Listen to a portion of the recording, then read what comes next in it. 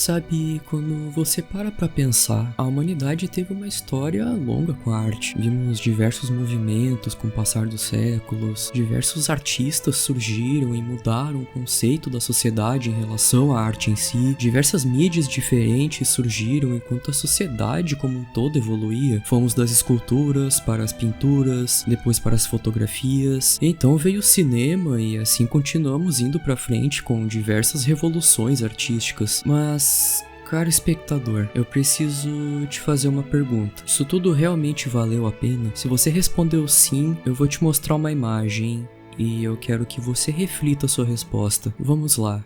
3, 2, 1... E aí, ainda acha que tudo isso valeu a pena? Ah, fanbase de Sonic.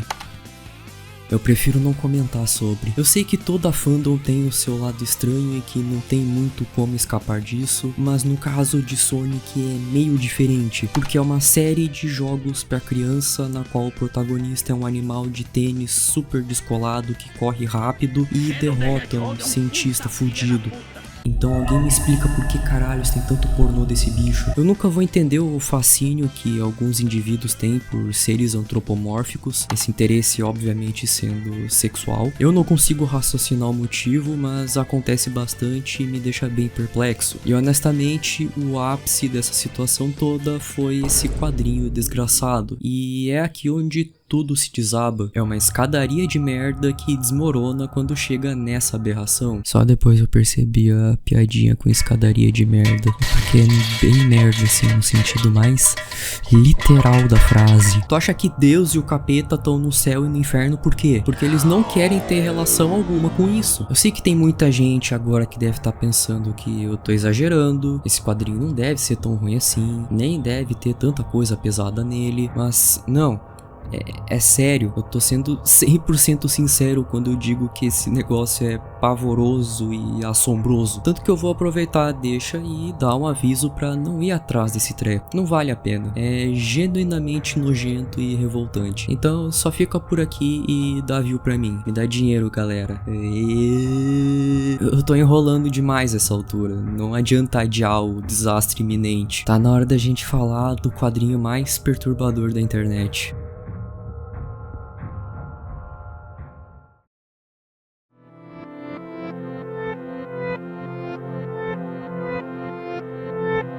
Pra explicar como eu tive a ideia doentia de fazer esse vídeo, a gente vai ter que voltar uns 2 anos atrás, quando eu fiz o iceberg do Sonic. Originalmente eu ia abordar outro iceberg, na qual era muito grande e eu não usei ele por preguiça, porque nessa época eu postava um vídeo a cada eclipse lunar. Porém, se vocês prestarem atenção nas camadas finais do iceberg, tem essa bendita imagem. Eu já tinha visto ela e reconhecia como um simples meme que devia vir de algum quadrinho zoado do Sonic no estilo Sonichu do Christian. Mas eu lembro de sentir um certo medo irracional desse rosto do Tails e eu estava certo, essa expressão maldita agora assombra os meus pesadelos. Mas eu tô me precipitando, vamos voltar pra 2021. Eu guardei a ideia de fazer um vídeo sobre esse tal quadrinho no futuro, porém eu basicamente esqueci do tema com o passar do tempo. Só que recentemente eu vi essa imagem de novo e despertou essa lembrança no meu cérebro. E eu tô muito triste por não ter reprimido ela o suficiente. Então, lá foi eu pesquisar sobre esse quadrinho pra fazer um vídeo divertido, zoando um simples quadrinho zoado feito por um fã de Sonic, até eu pesquisar o meme e me deparar com um quadrinho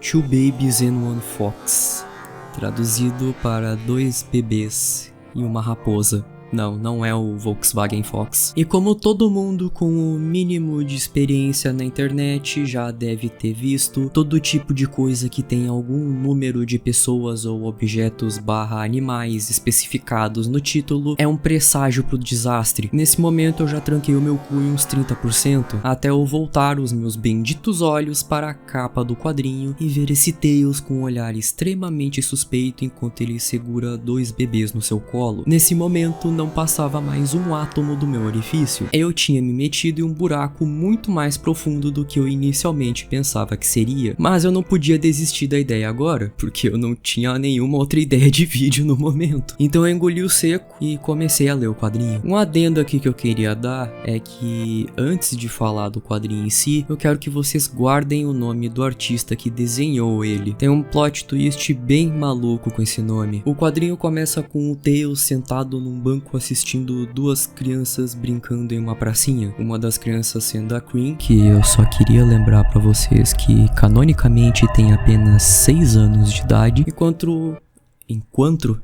o outro bebê ali é uma OC, ou seja, um personagem original criado pela escritora do quadrinho, Aline Star, ou como eu gosto de nomear, Baphomet. E eu não consigo deixar de lado a minha preocupação com o fato da personagem original dela ser a porra de um bebê, e ali no fundo tá a imagem do meme, esse frame desgraçado que atualmente me desperta todos os pensamentos negativos conhecidos pelo ser humano. Sorrisinho de filho da puta! A situação começa a ficar estranha logo de cara quando literalmente o primeiro balão de fala do quadrinho é o Tails pensando: eu queria poder brincar com eles, enquanto ele olha a bunda de um bebê. Como é bom ser fã dessa série de merda e ter que lidar com esse tipo de coisa existindo na fandom. Olha, eu tenho que respeitar o fã normal da cabeça de Sonic, porque o tipo de coisa que ele tem que lidar é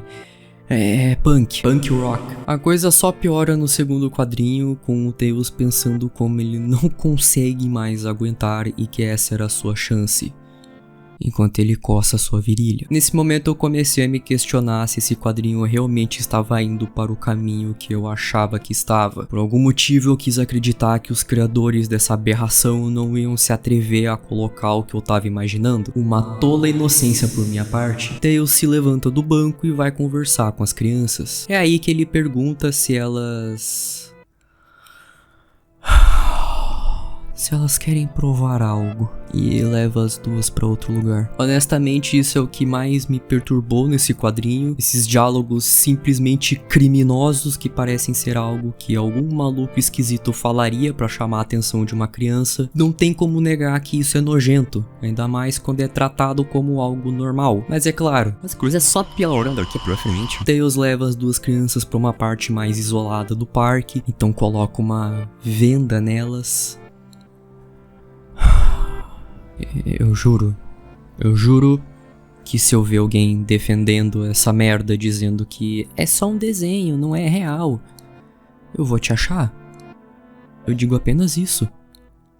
Eu vou te achar. O fato de que alguém teve a ideia de criar uma situação dessas em um quadrinho com personagens do Sonic já é preocupante por si só, mas é aí que tudo desaba por completo. Até agora eu só comentei sobre diálogos e ações minimamente suspeitas, mas a partir de agora é quando os atos realmente começam, e eu não posso falar sobre o que acontece, eu não quero falar sobre o que acontece, eu não quero forçar o meu cérebro a reproduzir as imagens que eu vi, então eu só vou dizer isso: eu falei até a página 6.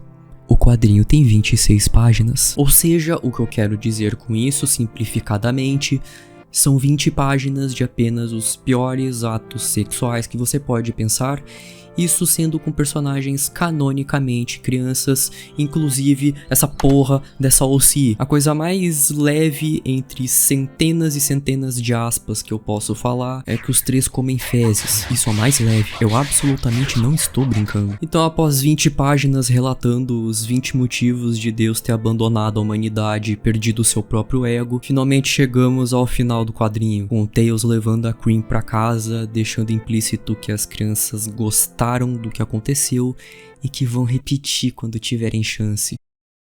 Eu estou triste, meu dia está arruinado e eu quero processar o sistema educacional brasileiro por ter me dado a possibilidade de ser alfabetizado, assim como eu quero processar os meus pais por terem me botado em um mundo em que isso existe.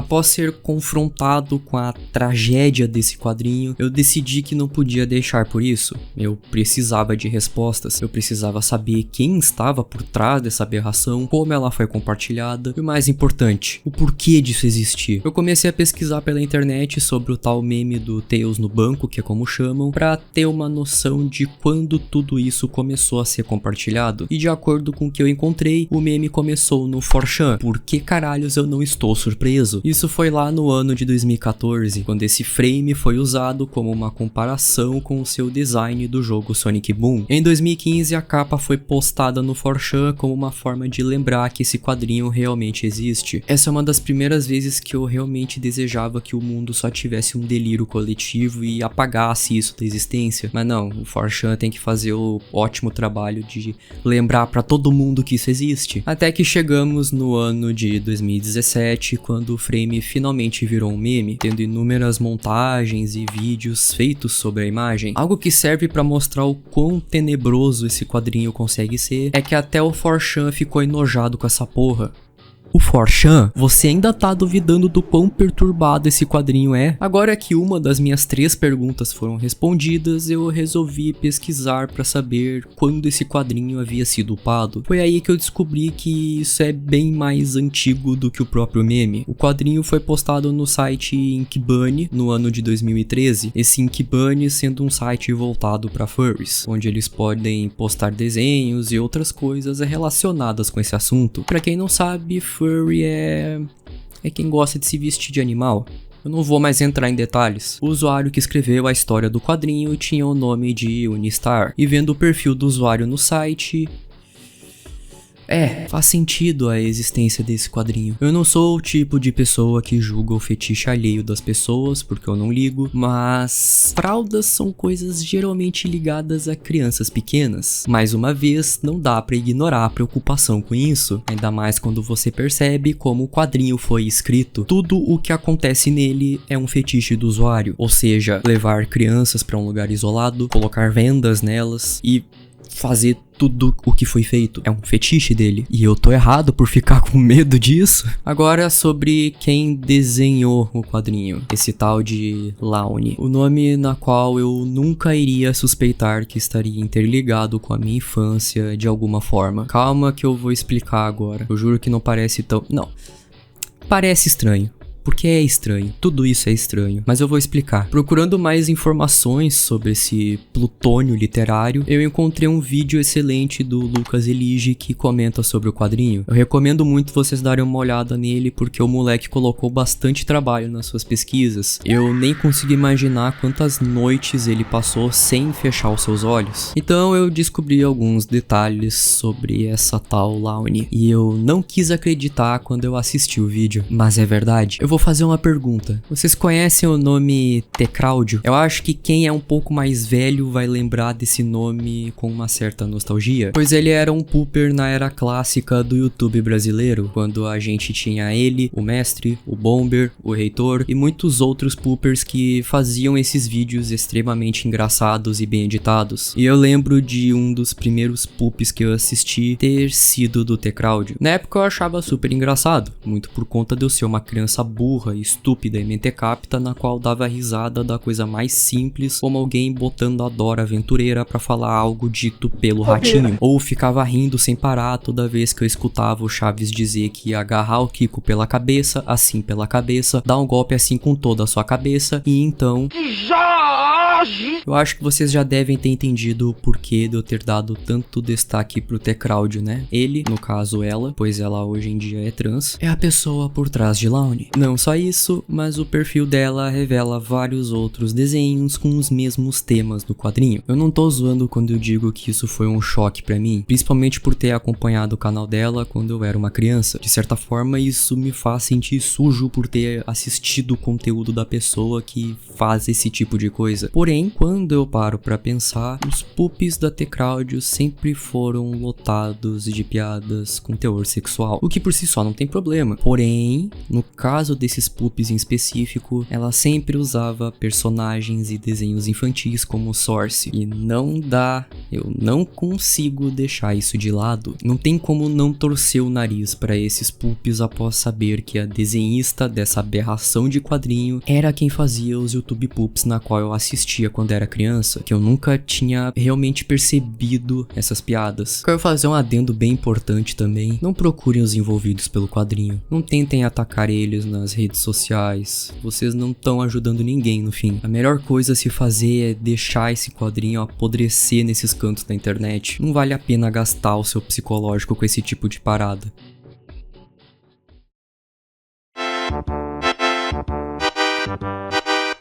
Bom, eu honestamente espero que o seu dia tenha sido uma merda, pois eu realmente não quero destruir o dia alegre de alguém com essa nojeira do caralho. Esse vídeo inicialmente era pra ser só uma piada, mas quanto mais eu pesquisei sobre esse quadrinho, mais aumentava a minha vontade de enfiar um cano PVC no meu reto. Mas pra terminar esse vídeo num clima mais leve, olha a thumb que eu achei enquanto pesquisava sobre o meme.